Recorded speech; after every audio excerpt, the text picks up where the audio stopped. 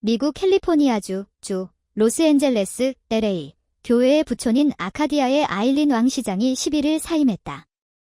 중국 정부의 미등록 외국 대리인 포린 에이전트으로 중국에 관한 선전을 조정했다는 혐의를 받아 검찰의 수사를 받던 중 이런 결정을 내린 것이다.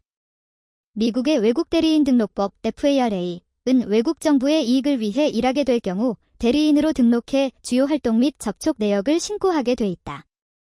왕 시장은 신장 위구르 자치구에서의 박해 사실을 부인하는 콘텐츠 등 중국 정부 지시를 받고 일부를 게시한 사실을 시인했다고 라타임스 등이 보도했다.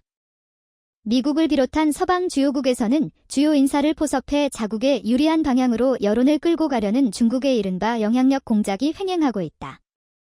아카디아는 시의원들이 돌아가면서 시장을 맡는데 2022년 시의원에 당선된 왕 시장은 2020에서 2022년 중국의 통제를 받아 미국 내 선전을 조장했다는 혐의를 일부 인정했다. 미국은 피고인이 유죄를 인정하거나 증언을 하는 대가로 검찰은 더 가벼운 죄목으로 기소하거나 형량을 줄여주는 플리바어기닝을 허용하고 있다. 이날 검찰이 공개한 유죄 인정 합의서를 보면 왕 시장은 전 약혼자와 함께 중국계 미국인을 위한 뉴스 매체를 운영하며 중국 정부로부터 요청을 받은 기사를 게시한 것으로 나타났다.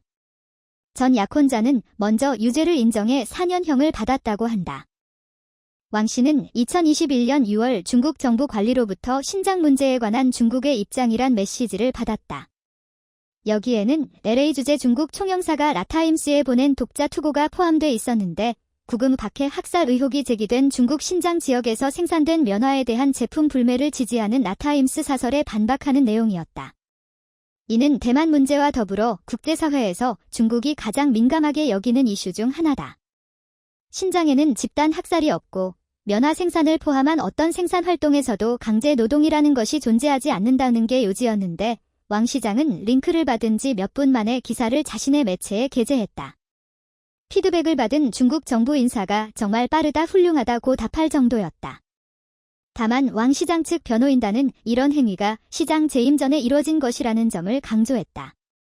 캘리포니아주 검찰은 광 시장이 미국에서 중국 선전물을 퍼뜨려 중국의 이익을 홍보하기 위해 개인들과 협력했다며 법정 최고 형량인 연방교도소 10년형을 선고받을 수 있다고 했다.